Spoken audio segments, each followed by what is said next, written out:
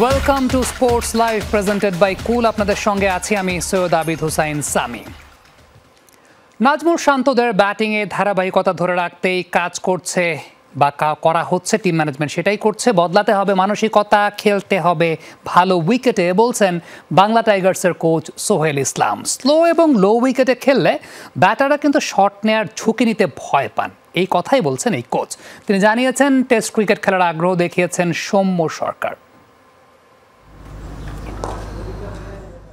Match জিতলেও ব্যাটারদের অধারাবাহিকতা আর innings লম্বা করতে না পারার সমস্যা বাংলাদেশের ক্রিকেটে অনেক দিনের। তবে সাম্প্রতিক সময়ে ম্যাচ হারের কারণ হিসেবে অধিকাংশ ক্ষেত্রেই কাঠগড়ায় দাঁড়াতে হয়েছে ব্যাটারদের। ক্রিকেটারদের মানসিক সমস্যার কারণেই এমনটা ভাবনা বাংলা টাইগার্সের কোচ সোহেল ইসলামের। টানা ভালো খেলেও হুট করেই কেন ব্যর্থ হন শান্ত, সেই মানসিকতা বদলাতে চান তিনি।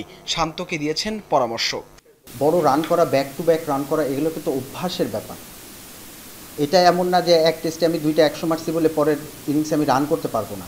তো আমরা আসলে নোটিশ করা এবং শান্তর সাথে এই বিষয়েও কথা হচ্ছিল যে একটা ছেলে যখন 2 ইনিংসে 100 মারে তারপরে টেস্টে অবশ্যই তাকে আরও রান করা উচিত ছিল। কিন্তু আমাদের দেশে হয় কি, এরকম কোনো আমরা এক্সাম্পলও নাই, কিন্তু ইন্ডিয়াতে কিন্তু এক্সাম্পল আছে। তো আমরা ওইখান থেকে বের হওয়ার চেষ্টা করছি, আমরা তাদেরকে ওইভাবেই আসলে ট্রেন করার চিন্তা করছি। ভালো খেলতে হলে দরকার ভালো উইকেট। যদিও মিরপুরের মাঠে সেই ভালোর দেখা মেলে কালে ভদ্রে। লো উইকেটে খেললে ব্যাটারদের মধ্যে ঝুঁকি নেয়ার ভয় ঢুকে ভাবনা এই কোচের। সব ধরনের উইকেটেই খেলে অ্যাডজাস্ট করার কথা বললেন সোহেল ইসলাম। উইকেটের পরে ডিপেন্ড করে আসলে একটা ব্যাটসম্যানের ব্যাটিং প্যাটার্নটা কেমন হবে। তো যেহেতু যদি লো বাউন্স উইকেট হইতে থাকে তাহলে ব্যাটিংটাও আসলে ওরকম হয়ে যায়, সেখানে শর্টস খেলতে ব্যাটসম্যানরা রিস্ক নিতে ভয় পায়। তো উইকেট যত ভালো হবে, এবং এমন না যে সবসময় ফ্ল্যাট ট্র্যাকে খেলতে হবে।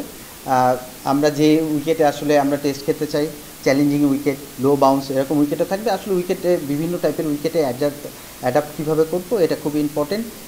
ইনজুরির কারণে ছিটকে যাওয়ার পর বেশ কিছু সময় ধরেই জাতীয় দলের বাইরে সৌম্য সরকার। সীমিত ওভারের ক্রিকেট খেললেও লাল বলের ক্রিকেটে অনেকটাই ব্রাত্য এই বাহাতি ব্যাটার।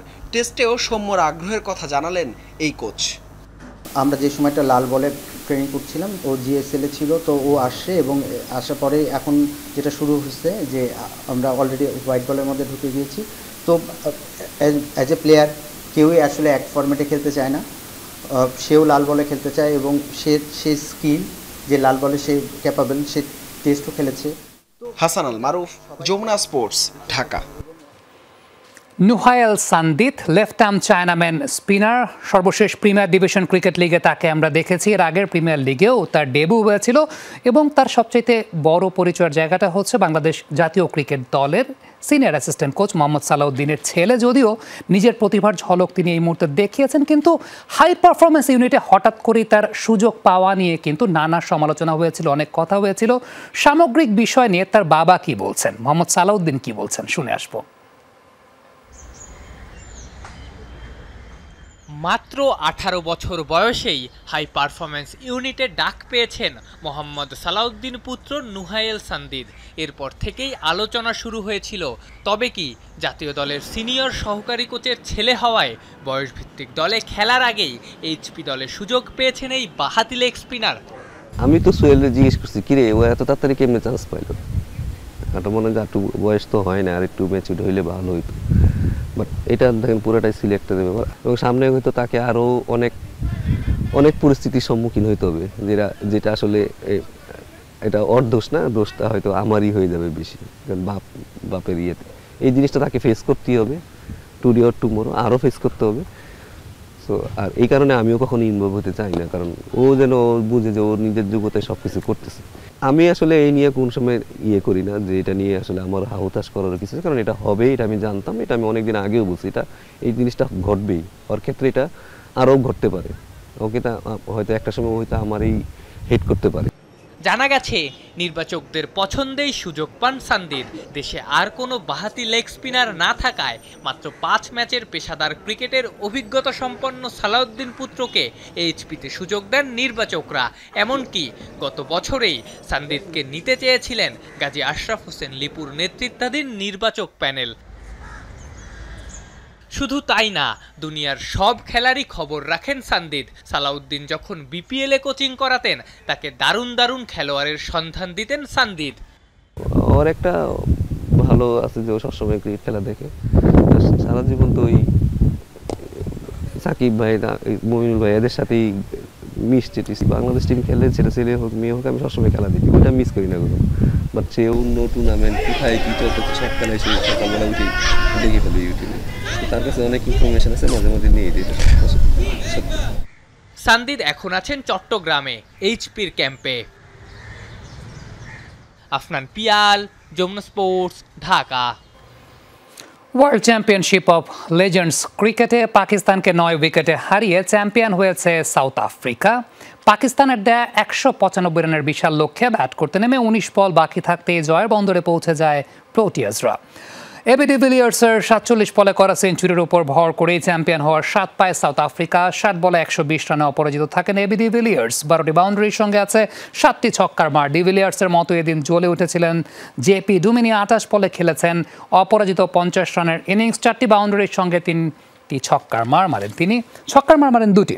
শেষ পর্যন্ত জয় নিয়ে মাঠ ছাড়েন এই দুই ব্যাটার। এর আগে বার্মিংহামের এজবাস্টনে টস জিতে ব্যাট করতে নামে পাকিস্তান। শেষ পর্যন্ত 5 উইকেট হারিয়ে সংগ্রহ করে 195 রান। ওপেনার শারজিল খান 44 বলে করেন 76 রান। 19 বলে 36 রান করেন উমার আমিন।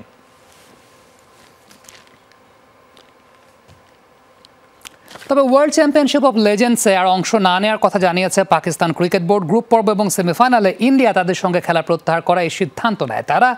এক বিবৃতিতে ইন্ডিয়ার বিরুদ্ধে খেলাধুলার চেতনা ছাপিয়ে বিকৃত রাজনীতির অভিযোগ আনে পিসিবি। আন্তর্জাতিক ক্রিকেটকে বিদায় জানানো ক্রিকেটারদের নিয়ে বিভিন্ন সময় আয়োজিত হয় বিভিন্ন league. World championship of legends তেমনই একটি প্রতিযোগিতা। 2024 সাল থেকে শুরু হওয়া এই প্রতিযোগিতা এবার ছিল আলোচনার শীর্ষে। ভারত পাকিস্তানের উত্তেজনা রাজনীতির ময়দান ছাপিয়ে জায়গা করে নেয় খেলার মাঠে। ভারতের শিখর ধাওয়ান, হরভজন সিং, ইউসুফ পাঠান, সুরেশ রায়না সহ বেশ কয়েকজন ক্রিকেটার পাকিস্তানের বিপক্ষে ম্যাচ বর্জনের ঘোষণা দেন। গ্রুপ পর্বের সেই ম্যাচ খেলতে ভারত অস্বীকৃতি জানানোয় দুই দলের মধ্যে পয়েন্ট ভাগাভাগি করে দেয় আয়োজকরা। বিষয়টিকে ভণ্ডামি ও পক্ষপাত দুষ্ট বলে আখ্যায়িত করে পিসিবি। গ্রুপ পর্বের পর সেমিফাইনালেও পাকিস্তানের বিপক্ষে খেলা বর্জন করে ভারত। বিনা প্রতিদ্বন্দ্বিতায় ফাইনাল নিশ্চিতের পর আয়োজকদের ভূমিকা নিয়ে প্রশ্ন তোলে পিসিবি। এরপর থেকে এই আসরে আর অংশ না নেওয়ার সিদ্ধান্ত নিয়েছে দেশটির ক্রিকেট বোর্ড। কোনো ক্রিকেটীয় কারণে ম্যাচ বাতিলের সিদ্ধান্ত হয়নি, বরং সুনির্দিষ্ট জাতীয়তাবাদী ধারণকে সামনে এনে এই সিদ্ধান্ত নেওয়া হয়েছে। আমাদের ক্রিকেটারদের আমরা এমন আসরে অংশ নিতে দিতে পারি না যেখানে খেলাধুলার চেতনা ছাপিয়ে যায় বিকৃত রাজনীতিতে। এমন কর্মকাণ্ড স্পোর্টসম্যানশিপ ও ভদ্রলোকের এই খেলাটির ধারণাকে খাটো করে। পাকিস্তানের বিপক্ষে খেলা নিয়ে আহত হয়েছিলেন ভারতের বেশ কিছু সমর্থক। তাদের অনুভূতিতে আঘাত দেয় দুঃখ প্রকাশ করে WCL কর্তৃপক্ষ। যদিও বিষয়টিকে হাস্যকর বলছে পাকিস্তান ক্রিকেট বোর্ড। অনুভূতিতে আঘাতের জন্য WCL এর ক্ষমা প্রার্থনা একটা হাস্যকর ঘটনা। এমন ঘটনার মাধ্যমে একটি সুনির্দিষ্ট মহলের কাছে নতি স্বীকার করা হয়েছে। সংবেদনশীলতার ছদ্মবেশে আসা এই পক্ষপাত আন্তর্জাতিক ক্রীড়া সম্প্রদায়ের কাছে একটি অগ্রহণযোগ্য বার্তা পাঠায়। এবারের ওয়ার্ল্ড চ্যাম্পিয়নশিপ অব লেজেন্ডসে মাঠের পারফরমেন্সে দারুণ করলেও মাঠের বাইরের ঘটনায় তিক্ত অভিজ্ঞতার মুখে পড়তে হয় শহীদ আফ্রিদির দলকে। নাসিফ শুভ, যমুনা স্পোর্টস। আন্ডার 20 নারী এশিয়ান কাপ কোয়ালিফায়ার্সকে সামনে রেখে লাওসে প্রথমবারের মতো প্র্যাকটিস করেছে বাংলাদেশ ফুটবল দল। রোববার স্থানীয় সময় ভোরে নিজেদের ছালিয়ে নেয় বাতলার শিষ্যরা। প্রথম দিনের প্র্যাকটিসে ফিটনেস এবং টেকনিক্যাল দিকগুলো নিয়ে কাজ করে পুরো টিম। লাওসের বিপক্ষে 6 আগস্ট প্রথম ম্যাচে জয় ছাড়া বিকল্প কিছু ভাবছে না আফিদা সাগরিকারা। পরিকল্পনা অনুযায়ী নিজেদের সেরাটা খেলতে পারলে কাঙ্ক্ষিত লক্ষ্যে পৌঁছানো সম্ভব বলে মনে করছেন তারা। প্রথম প্র্যাকটিস করছি তো আলহামদুলিল্লাহ সবাই সুস্থ আছি, ভালো ট্রেনিং হয়েছে। লক্ষ্য হচ্ছে প্রথম যেহেতু লাওসের সাথে খেলা, লাওসের সাথে যেভাবে খেলতে হবে কোচ যেভাবে বলবে আমাদের টার্গেট থাকবে ম্যাচ জেতা। ডাচ কোচ সিগফ্রাইড আইগম্যানের সঙ্গে 4 মাসের চুক্তি করেছে বাংলাদেশ হকি ফেডারেশন। প্লেয়ারদের ফিটনেস লেভেল বাড়িয়ে আসন্ন যুব হকি বিশ্বকাপে সর্বোচ্চ ফলাফল এনে দিতে চান হাই প্রোফাইল ডাচ কোচ। সংবাদ সম্মেলনে বিশ্বকাপে যাওয়ার আগে পাকিস্তান এবং ইউরোপের দেশগুলোতে 10টি প্র্যাকটিস ম্যাচের পরিকল্পনার কথা জানিয়েছে হকি ফেডারেশন। ঘোষণাটা আগেই এসেছিল, বাকি ছিল কেবল আনুষ্ঠানিকতার। Dutch high profile coach Siegfried আইকম্যানের সঙ্গে 4 মাসের চুক্তি করল বাংলাদেশ হকি ফেডারেশন। নভেম্বরে ভারতে অনূর্ধ্ব-21 হকি বিশ্বকাপে সর্বোচ্চ ফলাফল এনে দেওয়ার প্রত্যয় তার কণ্ঠে। বাংলাদেশের গ্রুপে অস্ট্রেলিয়া ও ফ্রান্স রয়েছে, তারা বিশ্বমানের দল। আমরা সর্বোচ্চ লড়াই ও প্রতিদ্বন্দ্বিতার মাধ্যমে চমক সৃষ্টি করতে চাই। সেপ্টেম্বরে পাকিস্তানে 4টা ম্যাচ আর অক্টোবরের শেষ দিকে জার্মানি ও হল্যান্ডে 10 দিনে 6টি ম্যাচ খেলার পরিকল্পনা করেছে বাহফে। সেপ্টেম্বর মাসের শেষ সপ্তাহে আমাদের পাকিস্তানে ট্যুর আছে। আমরা একটা 7 দিনের ট্যুর প্ল্যান করতেছি, যেখানে আমরা কমপক্ষে 4টা ম্যাচ খেলবো ওদের সাথে। এবং ইউরোপের ট্যুর একটা প্ল্যান করা হইতেছে, হল্যান্ড এবং জার্মানি। 10 দিনের ট্যুর হবে এটা, এবং এখানে আমরা চেষ্টা করব 6টা গেম খেলার জন্য। তবে সবার আগে বাংলাদেশ দলের ফিটনেস লেভেল উন্নতি করতে চান আইকম্যান। আগস্ট মাসে হেড কোচ না থাকলেও 2 দেশীয় কোচ আশিকুজ্জামান ও মশিউর রহমান বিপ্লব তার নির্দেশনা অনুযায়ী 40 জন হকি খেলোয়াড়কে কোচিং করাবেন। তবে এই দলকে বিশ্বকাপে ওঠানো কোচ মওদুদুর রহমান শুভকে না নেয়ায় সমালোচনা ছিল।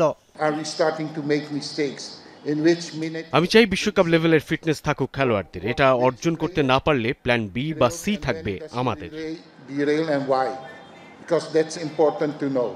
বাংলাদেশের যুব বিশ্বকাপ মিশনের জন্য 5 কোটি টাকার প্রয়োজন। এখনো পুরো টাকা জোগাড় না হলেও ক্যাম্প শুরু করেছে হকি ফেডারেশন। মেহেদি নাইম, যমুনা স্পোর্টস, ঢাকা। নারী কোপা আমেরিকার রুদ্ধশ্বাস ফাইনালের ফল নির্ধারণ হয়েছে টাই ব্রেকারে, যেখানে কলম্বিয়াকে 5-4 ব্যবধানে হারিয়ে পঞ্চমবারের মতো কোপার শিরোপা জিতেছে ব্রাজিলের মেয়েরা। ইকুয়েডরের রদ্রিগো পাজ দেলগাদোর স্টেডিয়ামে ফাইনালের মহারণ নেমেছিল ব্রাজিল। কলম্বিয়া 8 গোলের ম্যাচটিতে ব্রাজিলের পক্ষে জোড়া গোল করেন কিংবদন্তি মার্তা ভিয়েরা। দলটির হয়ে 1টি করে গোল করেন অ্যাঞ্জেলিনা এবং আমান্দা। বিপরীতে কলম্বিয়ার পক্ষে একবার করে স্কোরশিটে নাম তোলেন লিন্ডা কাইসেদো, মাইরা রামিরেজ এবং লেইসি সান্তোস। তাদের আরেকটি গোল আসে ব্রাজিলের টার্সিয়ানের কল্যাণে। 4-4 সমতার পর ম্যাচ করায় টাই ব্রেকারে, সেখানেই 5-4 ব্যবধানে কলম্বিয়াকে হারিয়ে শিরোপা উৎসবে মাতে সেলেসাওরা। নতুন মৌসুম শুরুর আগে চিরপ্রতিদ্বন্দ্বী রিয়াল মাদ্রিদকে রীতিমতো হুমকি দিয়ে রাখলেন বার্সা মিডফিল্ডার গাভি। গতবারের তিক্ত অভিজ্ঞতায় বার্সাকে নিয়ে এবার রিয়াল একটু বেশি চিন্তিত বলে বিশ্বাস এই মিডফিল্ডারের। দল বদলে গ্যালাক্টিকোরা নিজেদের শক্তি বাড়ালেও তা নিয়ে চিন্তিত নন গাভি। সেই সঙ্গে এবার ব্যালন ডিওর ইয়ামালের হাতে উঠবে বলে বিশ্বাস করেন তিনি। নতুন মৌসুম শুরুর আগে যেন রীতিমতো উঠছে বার্সেলোনা। অবশ্য গত মৌসুমেও মাঠের পারফরমেন্স ছিল দুর্দান্ত, ঘরোয়া ট্রেবল জিতেছিল ক্লাবটি। প্রাক মৌসুমে অব্যাহত আছে জয়ের ধারা। সেই প্রীতি ম্যাচগুলোয় আলো ছড়াচ্ছেন গাভি। চোটের জন্য গত মৌসুমে অনেকটা সময় থাকতে হয়েছে মাঠের বাইরে, তবে এবার প্রস্তুত এই তরুণ মিডফিল্ডার। সেরেছেন চিরপ্রতিদ্বন্দ্বী রিয়াল মাদ্রিদকে সামলানোর কৌশল। গত মৌসুমে বার্সার কাছে নাকানি চোবানি খেয়েছে রিয়াল। 4 বারের দেখায় প্রতিবারই পেয়েছে হারের স্বাদ। নতুন মৌসুম শুরুর আগে গ্যালাক্টিকোদের রীতিমতো হুমকি দিয়ে রাখলেন কাতালান মিডফিল্ডার। অবশ্যই তারা আমাদের নিয়ে উদ্বিগ্ন থাকবে।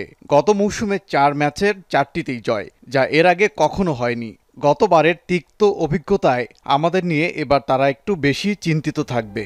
গ্রীষ্মের দলবদলে বেশ কিছু ফুটবলার কিনে স্কোয়াডে শক্তি বাড়িয়েছে রিয়াল মাদ্রিদ, তবে এতে এতটুকু ভীত নন বার্সা এই মিডফিল্ডার। গত মৌসুমে আমরা দুর্দান্ত ছিলাম আর ওরা কিছুই জিততে পারেনি, তবে এবার ওরা খুব ভালো কিছু খেলোয়াড় নিয়ে শক্তি বাড়িয়েছে। দেখা যাক ওরা এই মৌসুমে কেমন করে। ওদের দল দারুণ, তবে আমাদের নিজেদের খেলাটা খেলতে হবে, এটাই আসল। 7 বছর বয়সে লা মাসিয়ায় যোগ দেয়া ইয়ামাল মাত্র 17 বছর বয়সেই থাকছেন বিশ্ব সেরাদের সঙ্গে তুলনায়। তাই তো এবার ব্যালন ডিওর জিতবে ইয়ামাল, এমনটাই বিশ্বাস গাভীর। আশা করি এবার সে ব্যালন ডিওর জিতবে। যদি এই বছর নাও জিততে পারে, তার বয়স কেবল 18, সে এখনও খুবই তরুণ। এই বয়সে ফেভারিটদের মধ্যে থাকাও অসাধারণ ব্যাপার। আমাদের দলে সে যা করছে এক কথায় অসাধারণ। কাতালানদের নেতৃত্ব দেওয়ার স্বপ্ন বুনছেন বার্সেলোনার একাডেমিতে বেড়ে ওঠা গাভি।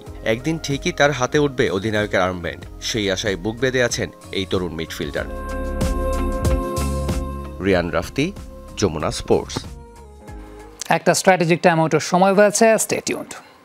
লঙ্গার ভার্সন ক্রিকেটে জসপ্রীত বুমরাকে যাতে লং স্পেলে বল করতে না হয় সেই ব্যাপারে খেয়াল রাখতে বলেছেন গ্লেন ম্যাকগ্রা। তিনি বলেছেন বুমরার এই মুহূর্তে দরকার অফ সিজন, যা তাকে ফিজিক্যালি ফিট রাখবে।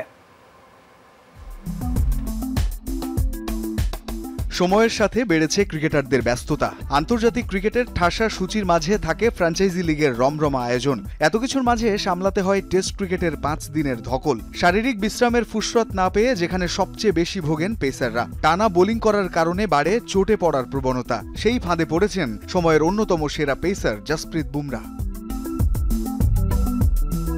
ওয়ার্কলোড ম্যানেজের চাপে হিসেব করে টেস্ট খেলতে হচ্ছে বুমরাহকে। কমে যাচ্ছে ম্যাচের সংখ্যা। অ্যান্ডারসন টেন্ডুলকার সিরিজের গুরুত্বপূর্ণ শেষ ম্যাচেও বুমরাহকে বিশ্রাম দিতে বাধ্য হয়েছে ভারত। দলের সেরা পেসার হয়ে এমন ম্যাচে বসে থাকা বুমরাহর জন্যও অস্বস্তির।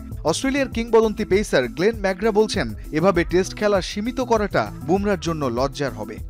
ভারসাম্য আনার জন্য আপনার আরেকটি পেস বোলিং গ্রুপ দরকার, যাতে করে তাকে দীর্ঘ স্পেল করতে না হয়। ওয়ার্কলোডের চাপ বহন করার জন্য অন্যদেরও সমান বোলিং করতে হবে। ওয়ানডে ও টি20তে দেখেন বুমরাহ কতটা কার্যকরী। তাই নিজেকে টেস্ট ক্রিকেটে সীমিত করলে বুমরাহর জন্য সেটা লজ্জার হবে। খুঁজে বের করতে হবে তার জন্য কোনটা সেরা। অন্য পেসারদের থেকে বুমরাহর বোলিং অ্যাকশন ভিন্ন হওয়ায় তার শরীরের উপর বাড়তি চাপ পড়ে বলে মনে করেন ম্যাকগ্রা। তাই চোট থেকে নিজেকে রক্ষা করতে হলে 31 বছর বয়সী পেসারের জন্য অফ সিজন প্রয়োজন বলে মনে করেন অস্ট্রেলিয়ার বিশ্বকাপ জয়ী পেসার। অনেক পেসারের থেকে তার বোলিং অ্যাকশন আলাদা, তাই সে যা করে তা তার শরীরের জন্য কঠিন। বিশেষ করে যখন অনেক ম্যাচ খেলে তখন অফ সিজন পায় না। কিন্তু ফাস্ট বোলিংয়ের চাপ সহ্য করার জন্য তাকে সত্যিই শারীরিকভাবে অনেক শক্তিশালী এবং ফিট হতে হবে, এবং তার অফ সিজন দরকার, যা তাকে পুরো মৌসুমে শক্তিশালী রাখবে।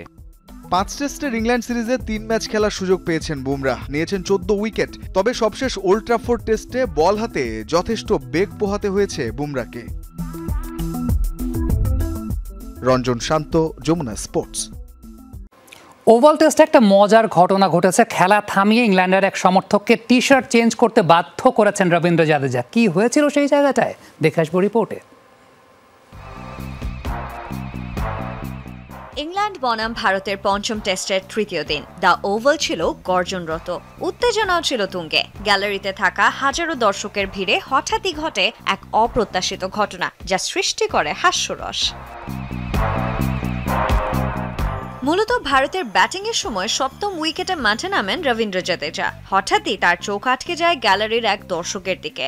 কিন্তু বিষয়টা আর 5টা সাধারণ ভক্তের মতো ছিল না। পিচের সোজাসুজি বসা সেই দর্শক ছিলেন ইংল্যান্ডের, যার পরনে ছিল লাল রঙের এক টি শার্ট। তার জামার রং মিশে যাচ্ছিল বলের রঙের সাথে, ফলে ব্যাটিং করতে অসুবিধা হচ্ছিল এই অলরাউন্ডারের।